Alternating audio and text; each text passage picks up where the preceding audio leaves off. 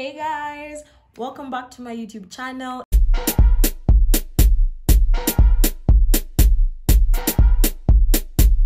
If you're new here, what's up? How are you doing? Thank you for coming to my little corner of the internet. My name is Wangari Mwangi. I'm a first year at Harvard University and I make college related content. And today's video is going to be the most clickbaity shit I've ever done. I hate clickbait, I do, but it's not clickbait if I actually give you guys the information I promised to give you in the title. So technically it's not clickbait, okay? I'm probably going to title this video some shit like how I actually got into Harvard. I really hate videos for like how I got into whatever university, because like we really don't know how we got in. We're just speculating, and the admissions process is it's a hoax, literally. It's just woo. Anyway, let's start. I have to start this video with a disclaimer because I hate people coming for me. Don't come for me. Stick to your lane, stick to your hustle, okay? Everything I say is based on my own opinion and research and talking to people. It is not fact, okay? It is perspective, it is opinion, it is hypothesis and all those good words. Take it with a grain of salt, okay? The admissions process, it is a tightly kept secret. It's like the Coca-Cola recipe that used to have cocaine. It's like the KFC recipe that probably still does have cocaine, because the way you eat KFC, my friend, it's alarming. And take that as you may. A few facts about me. So as I've said, as I hope you know by now, I'm Kenyan. I'm from Kenya, Nairobi City, baby, for life. I am middle income in Kenya according to the economic survey by the Kenya National Bureau of Statistics. Yes, I went to the internet, I went to the treasury and some shit like that and looked at a graph of income ranges in Kenya, and my family falls in the middle income range. And in the US, according to the Pew Research Center, I am lower income. I have 2 parents who are alive and earning an income. I have 3 siblings who receive financial support from my parents, and 2 siblings younger than me who live at home and are fully financially dependent on my parents. This is not in any way, shape or form a rags to riches story. This is not a story you will see on the news about how I came from Kibera and got to Harvard. It is amazing if you've ever done that, but it really used to make me wonder, because in the news, the only types of stories I would see about African students in these universities is someone has come from the slums, someone has come from homeless and they've gotten to Harvard and Yale. And I'm like, that's amazing for them, but you need to show more representative stories. Most students who get into these universities are not coming from the slums. They're coming from normal, middle income, average families like mine, where, we have 1 car, we have a home, we are not homeless. I have a phone, I have an iPad, my sisters have phones, my sisters go to private school. We are solidly middle class. You know you're middle class when you shop at Carrefour, okay? You go to malls, but you never buy anything from the shops at malls. And Java is normal, but at cafe is too expensive, okay? I'm hella middle class, okay? So this is not like a poverty to riches story. I just want to get that out of the way right now. Okay, let's start. So if I could answer this question in one line, like in one sentence, Sandra Mwangi, what do you think made you get into Harvard? And I would say that I am a big fish in a small pond, or I was a big fish in a small pond. And the small pond was the Kenyan educational system. I've said this before. I have been to like 4 or 5 schools throughout my academic career in Kenya, and in each of those schools I was the highest ranking or amongst the highest ranking students. And I'm not saying this to show Maringo, Siringi, relax. It's just that at a very young age I understood that meritocracy is a myth. If you believe in meritocracy, you are lying to yourself. The world is not meritocratic in any way. Just because you work hard doesn't mean you're going to become rich, When I go to an educational center or into an educational system, my goal is not to be the most, my goal is not to be, well, let me say this. My goal is to understand the system and to finesse the system. So what I do is I finesse the system. That's essentially it. And I don't think of myself as the smartest person in, let's say, Alliance because I was like position 2 or whatever. I don't think of myself as like the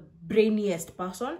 I just think of myself as the most strategic. I'm very strategic in my academic endeavors. I wish I was in the rest of my life, but I understand that you're in a pond and you need to learn how to become the big fish. And I think that's what I was. And I checked boxes that they needed to check. Is this person international? Yes. She's African? Yes. She's a woman? Yes.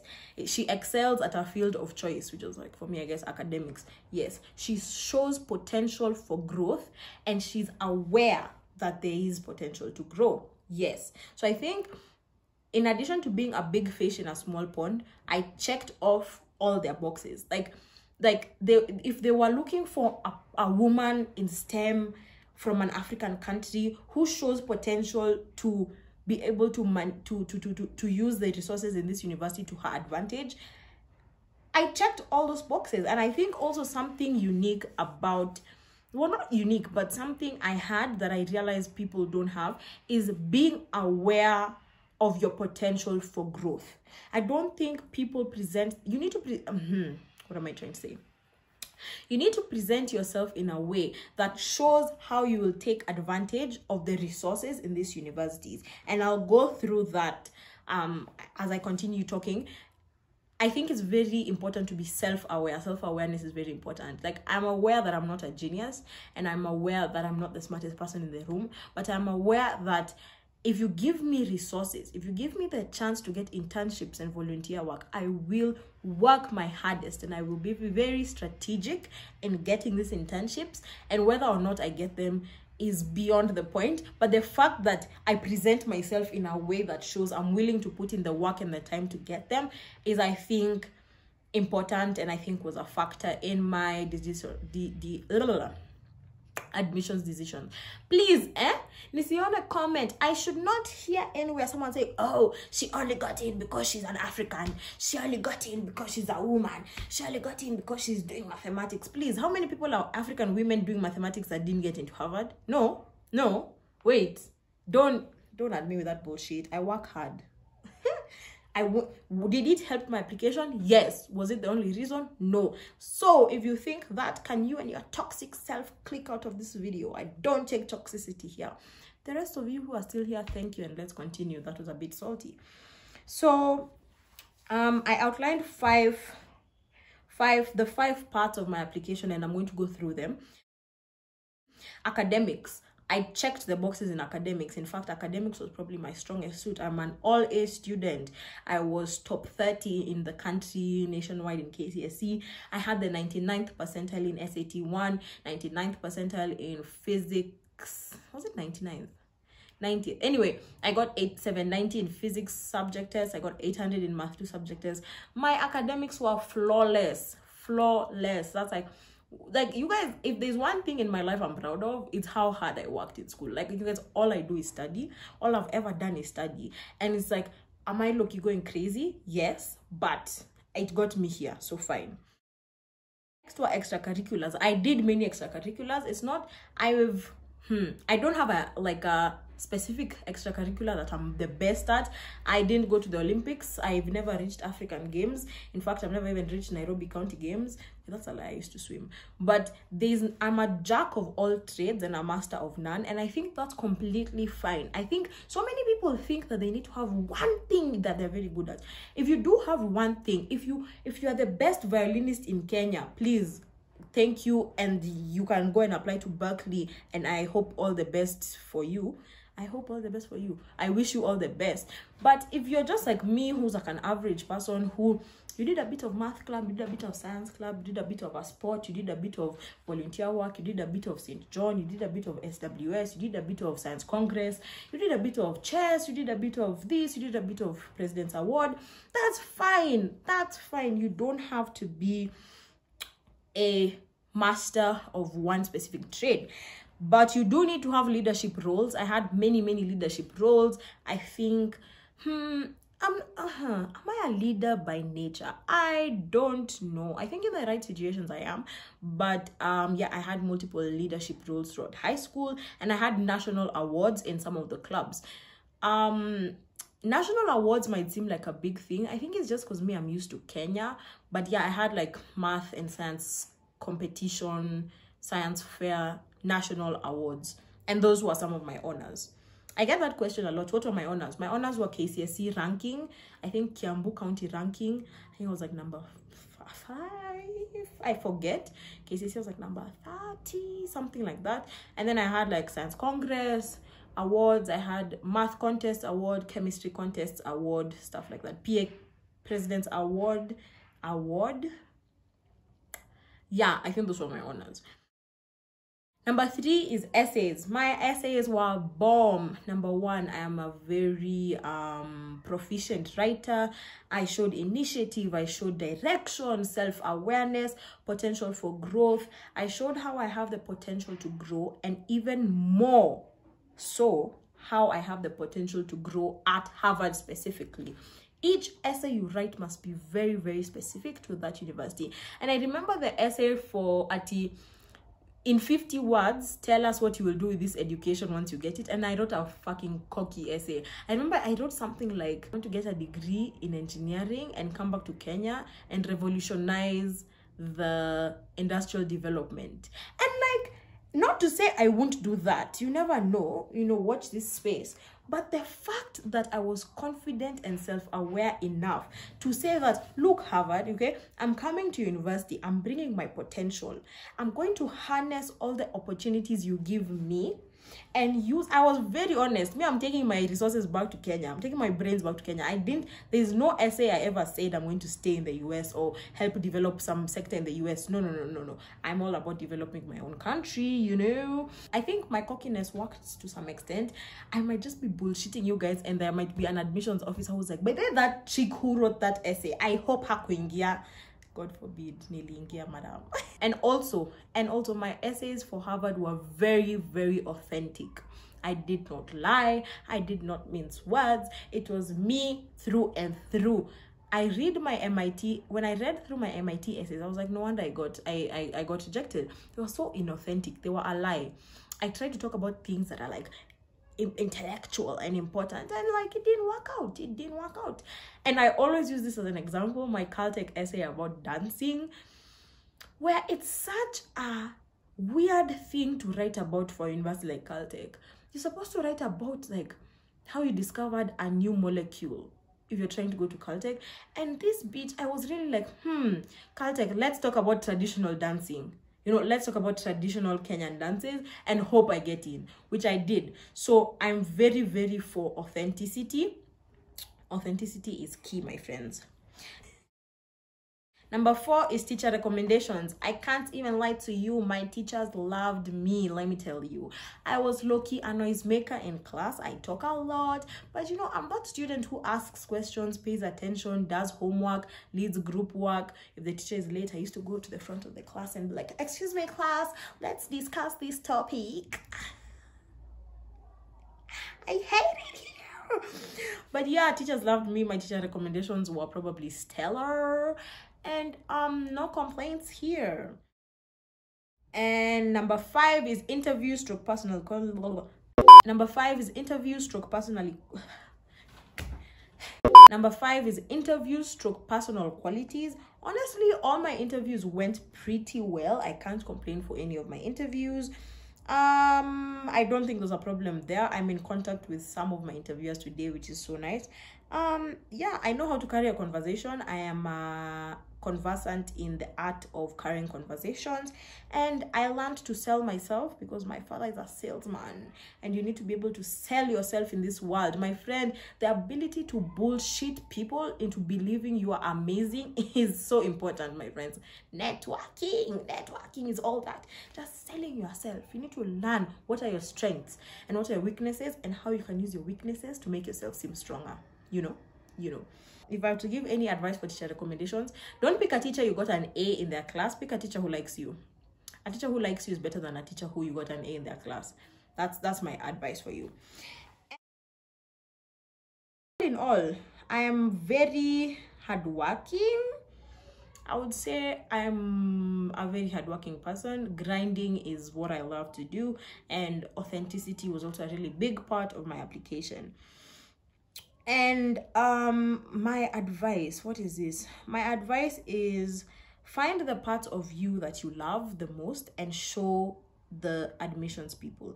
Then connect those parts about you to parts at Harvard where you can harness their opportunities and harness the resources there in a way that will be beneficial to them in the future. So you show them, here is what I have, here is what Harvard has, here is how I can use what I have at Harvard in a way that will be beneficial to Harvard in the future. And if you've, I don't know if you guys know, but the admission cycle, like I can speak for Harvard specifically, is a very interesting thing. They pick the best students in the world. They take them to the best university in the world. They graduate and get the best jobs. They become rich alumni. Rich alumni give back money. Harvard becomes richer, gets a thicker endowment, and keeps recruiting the best students in the world. It's like a whole thing. It's like a whole thing. You know, just you need, I think it's important to show universities that in the future you will be beneficial to them, so that when they can see, oh, Nani so and so president of Kenya, they can be like, oh, guess who that is? We are going to Harvard alumni class of 2024. Now watakuweka hapo kwa the Crimson in the news, watakuweka hapo kwa alumni website, tuseme, oh, president of Kenya, Harvard alumni class of 2024, 2020, whatever. You see, that way a Kenyan student, all Kenyan students are going to be aware of Harvard and giving them more resources to get the best minds in the world. Do you see what I'm trying to say? Harvard is not the best academic school. Like, if you're looking for academics, it's not going to be at Harvard. We go to Harvard for rankings, we go to Harvard for networking, we go to Harvard for the people you'll meet there. You can be sure the people you meet there are the best and the brightest and the most talented and the most hardworking in the whole world. And that's why we go to Harvard, you know. Not to say that the academics is not good. Please, the academics is amazing. I actually enjoyed it. Did finals kick my ass? Yes. Are my results coming next week? Yes. Should I film it? Maybe. Let's move on. And yeah, so just to wrap it up, I've spoken a lot. Number one, I am no genius. And as much as I wish I was a genius, as much as I wish I had a photographic memory and I had synesthesia where I can hear sounds and see colors, or I can read mathematics and see colors, I wish. I am not a genius. I'm just very, very resilient, and I'm very, very hardworking, and I grind like no one's business. And I managed to connect that in a very strategic way to how I will take the most rigorous classes. I'll take the most interesting classes. I will look for research opportunities. I will look for internship opportunities, and presenting myself in a way where I will take advantage of everything given to me, which I hope I'm doing. I feel like I am, but it's ish. Number two, I'm very passionate about the things I love to do. They might not be the most intellectual things. I'm not passionate about robotics. I cannot sit down here and tell you how I'm going to build a robot that's going to save the world. No. But I am passionate about reading books, and I love reading books. I'm passionate about singing, and I love listening to music. I'm passionate about helping people, and I do help a lot of people. And I connected all that to the things I'll do at Harvard, and I do think I'm working on it. The funniest thing is to read your essays and just read how eager I was, how ready I was to like get into Harvard and take hard classes and meet professors and make friends and go for webinars and go for internships and go for volunteer opportunities. And and now it's a whole different story, but it keeps me grounded, and it reminds me why I'm doing what I'm doing. Number three is I'm very community oriented, and I love helping people. I love my family. I think community is so important. I would not be here today without all the people who believed in me. No one makes it alone, and I think it's very important to give back to your communities, to give back to your countries, and I'm very, very passionate about that. Anyway, I'm very passionate about helping people, and I connected that to how at Harvard I will still be very community oriented with the Harvard community and with the Kenyan community once I come back, whenever that will be. And yeah, I have spoken a lot. And final remarks that I've said final 3 times.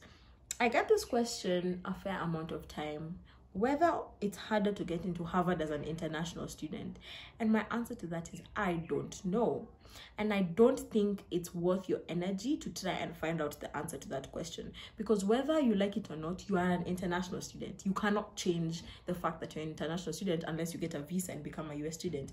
But I do think that it's very important in life, to pick your battles. And this is not a battle you should fight. I think you should put your energy into redirecting those things to becoming advantages.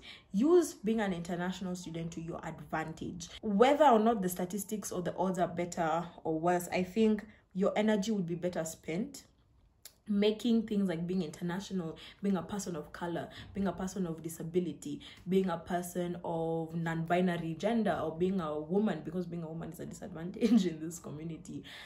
Take things that are considered disadvantages and use them to your advantage. And that goes real deep, real quick. But I hope this video was actually helpful, and I hope it was not clickbait. And if you stayed till the end, you are what? A real one. Even the sun didn't stay till the end because the sun has dead as set. Sina sauti, my friends, sina sauti. But thank you so much for watching this video. I hope it was helpful.